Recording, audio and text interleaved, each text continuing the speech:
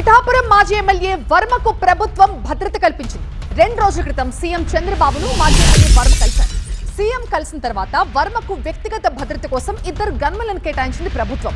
వర్మకు cabinet హోదా పదవి కోసం 2024 ఎన్నికల తర్వాత నుంచి అనుచరులు ఎంతగానో ఎదురు చూస్తున్నారు.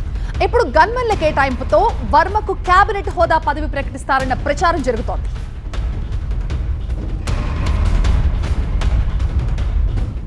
మా ప్రతినిధి సత్య మరింత సమాచారం. సార్ సత్య, వర్మకి సడన్ గా భద్రత ఎందుకు కల్పించారు అండ్ జరుగుతున్న ప్రచారంలో వాస్తవం ఎంత?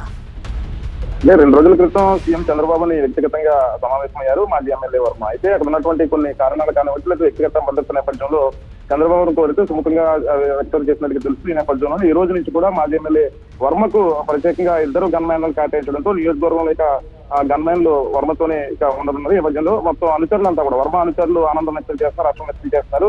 ఎందుకంటే మొదటగా చంద్రబాబు నాయుడు వర్మకు సీటు కేటాయింపు విషయంలో ఇబ్బంది పడిన నేపథ్యంలో మొదటి ఎమ్మెల్సీ పదవి నీకే కేటాయిస్తానని చెప్పిన నేపథ్యంలో ఇప్పుడు 2 గన్మెన్లు కేటాయించడంతో పిఠాపురం నియోజకవర్గ టీడీపీ నేతలంతా కూడా హర్షం వ్యక్తం చేస్తున్న పరిస్థితి. ప్రభుత్వం ఇప్పుడు ఏదైతే కేబినెట్ హోదా పదవి ప్రకటిస్తారంటూ కూడా జోరుగా ప్రచారం కూడా జరుగుతుండటంతో ఈ నేపథ్యంలోనే 2 గన్మెన్లు కూడా కేటాయించడంతో అది త్వరలోనే వాస్తవం కాబోతుందన్న చర్చ కూడా నడుస్తుంది. ప్రస్తుతం అయితే మాత్రం గతంలో ఎమ్మెల్సీ కేటాయిస్తున్నటువంటి వర్మకి ఇప్పుడు గన్మెన్లు కేటాయించడము ప్రత్యేకంగా చంద్రబాబు కూడా అంటే నీకు ఎప్పుడు నేను తోడుగా ఉంటానని కూడా మన 2 రోజుల క్రితం భేటీలో చెప్పినట్టుగా తెలుస్తుంది. వర్మ అయితే మాత్రం నేను కోరలేదు, చంద్రబాబు నాకు గన్మెన్లు కేటాయించారని మాత్రం వర్మ చెప్తారు. Thank you Satya.